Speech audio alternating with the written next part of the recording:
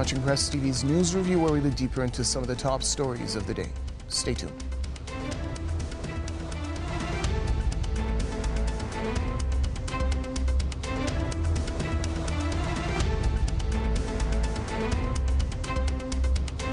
On this edition of the News Review, the United Nations General Assembly has approved several resolutions against Israel. The Assembly passed a draft proposal affirming permanent sovereignty of Syrians over in the occupied Golan Heights. That happened despite opposition from Israel and the U.S. The General Assembly also passed two resolutions affirming the right of the Palestinian people to self-determination and sovereignty over their land. Palestine's Foreign Minister Riyad al-Maliki hailed the UN measure. He said the overwhelming vote was a natural response from the international community to the Israeli occupation. Maliki called on UN members to shoulder their responsibilities to protect the inalienable rights of the Palestinian people. He also called for practical measures in the face of Israeli violations. Joining us on this edition of the News Review, we have our correspondent Mohammed Ali, who's with us from the Syrian capital, Damascus. Also, we have author and Middle East expert Mr. Saib Shath joining us from Belfast. Gentlemen, welcome to the program. Let's start off with Mohammed in Damascus. Mohammed, talk to us about the recent United Nations General Assembly resolutions against Israel, specifically the draft proposal affirming permanent sovereignty of Syrians in the occupied Golan Heights. Yes, the resolution or the draft resolution means that the Syrians have the right and sovereignty over the natural resources, land, water, energy, everything which is in the occupied Golan. This is a very important note. However, we have to point out to an issue, which is that Israel never complied with any UN resolution with regards to the occupied Golan. For example, there is the resolution 497 of 1980, which was adopted unanimously at the United Nations Security Council and called on Israel and actually said that the Israeli law on annexing the occupied Golan is null and void and has no international legal effect, and called on Israel to rescind its action. At that time, also Israel did not comply with that resolution, and then following that step by Israel, the United Nations General Assembly called for a boycott of Israel. Of course, the United States and the West at that time did not accept and rejected such a resolution.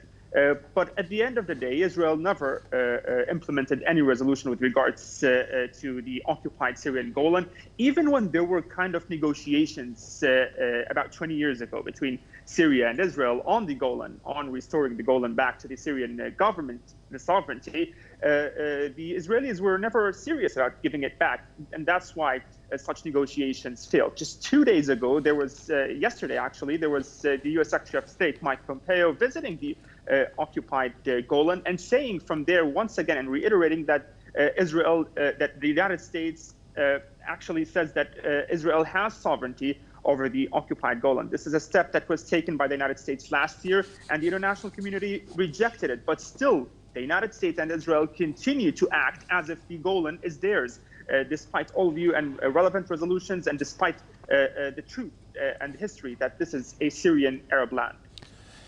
Saib Shath in Belfast, the General Assembly also passed two resolutions affirming the right of the Palestinian people to self-determination and sovereignty over their land. We know that the UN General Assembly resolutions are non-binding, but symbolically we have to say that the Israeli regime seems to be in a position of isolation in the face of the international community at this point.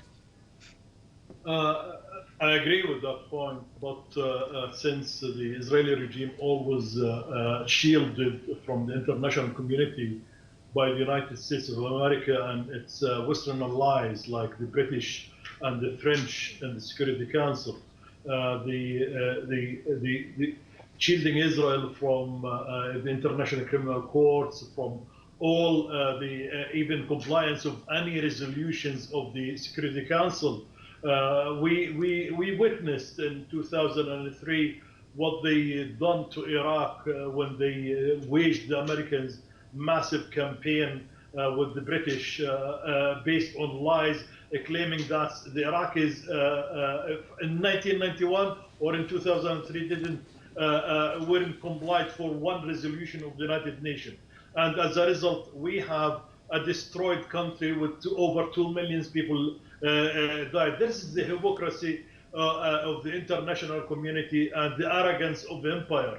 They only apply the United Nations resolutions to the states they want to. In Israel, in the region, for them, it's their function state, it's their advanced military base to subdue the area, the region, and to control it, and to bring the reactionary regimes up to the open now, as the Saudis, Emiratis, Bahrainis, all of that, to play in the open in the hands of Israel, and turning the table around, convincing these regimes and other, even some of the masses, through the sectarian policies which is engineered in Iraq and other areas during the Arab Spring and before it, that the enemy is Iran, is not the Zionist entity. Now the Zionist entity is becoming closer even to get to the membership of the Arab League, while a state like Syria, a founder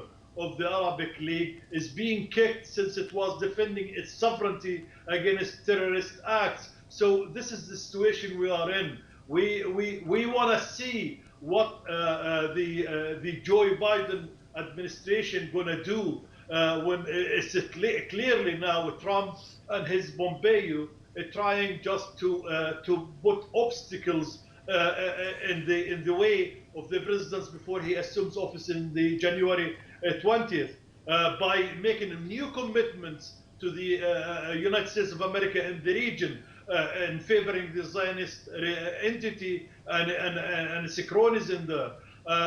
Regarding the two-state solutions which the United Nations affirmed today, the General Assembly, the Palestinian at least rights to the West Bank and against the annexation of lands.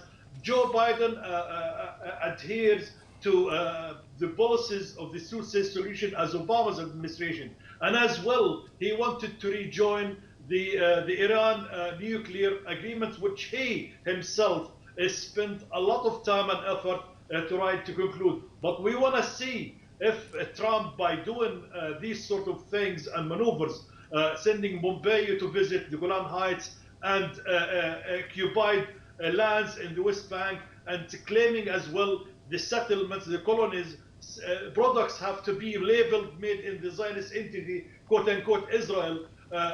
All of that, would it be reversed or not? To Trump, he sees it as a win-win situation.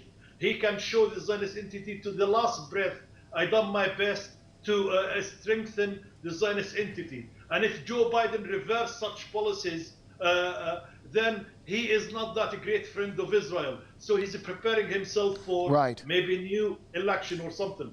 All right, thank you, Mr. Shath. Mohammed, your final thoughts on the issue before we close out this segment?